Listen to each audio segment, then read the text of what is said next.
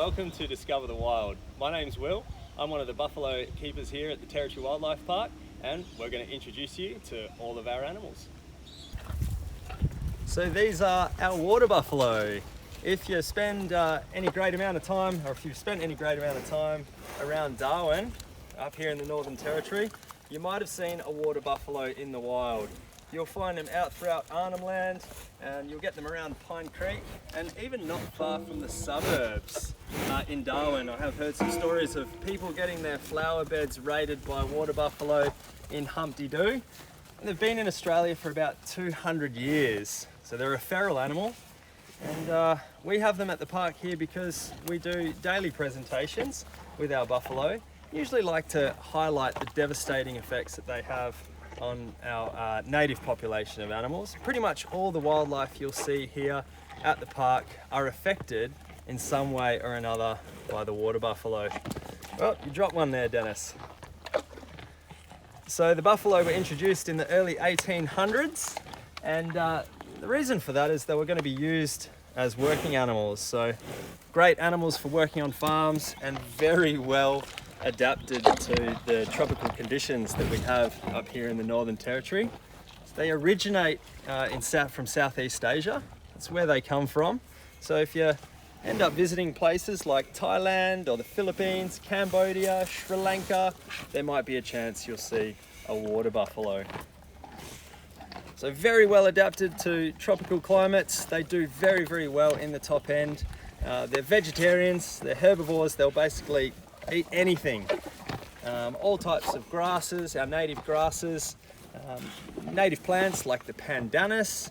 They'll also eat a variety of different acacia species and herbaceous plants as well. So they're not fussy, they eat just about everything, but that means they compete with our native animals, our native wildlife, so our kangaroo species or our wallaby species, and they also spend a lot of time in our freshwater ecosystems. So billabongs, streams and rivers, you'll find water buffalo, and they can be pretty messy.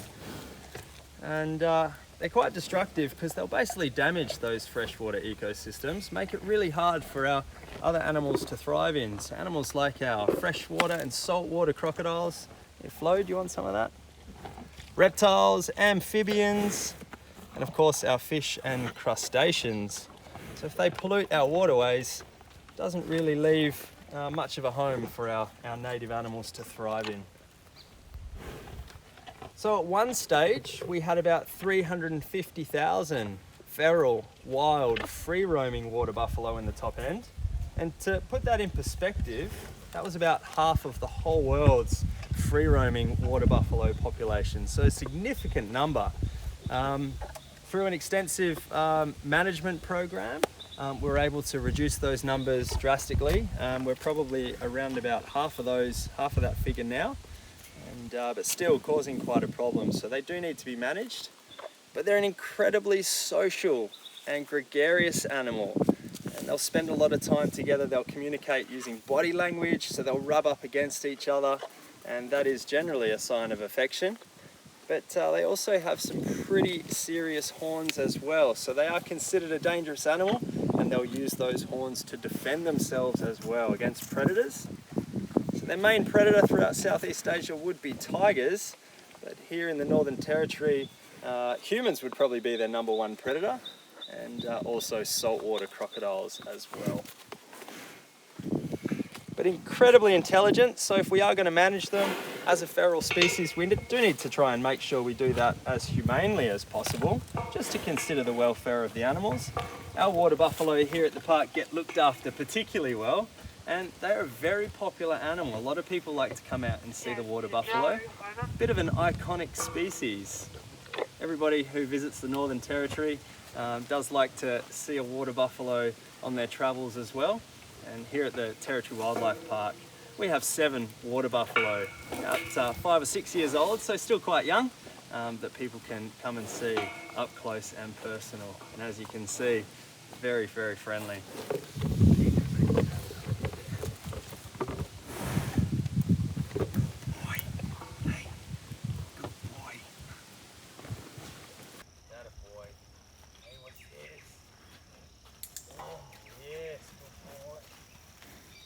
So just like all of our animals at the wildlife park, we do a bit of training and conditioning with the water buffalo as well.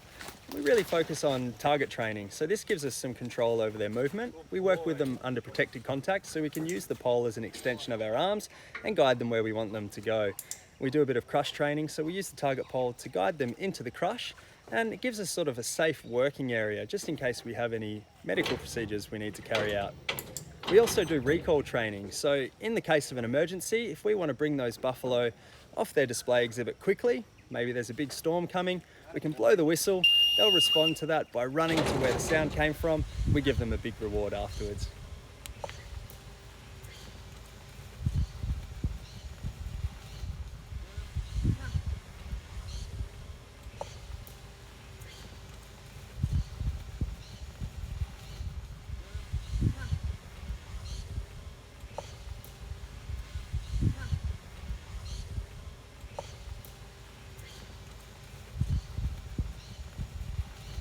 Good. There we go. Good.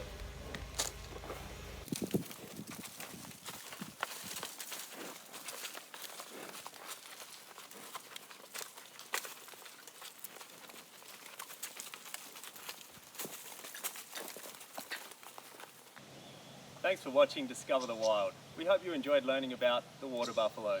Tune in next time to learn more about the animals we have here at the Territory Wildlife Park.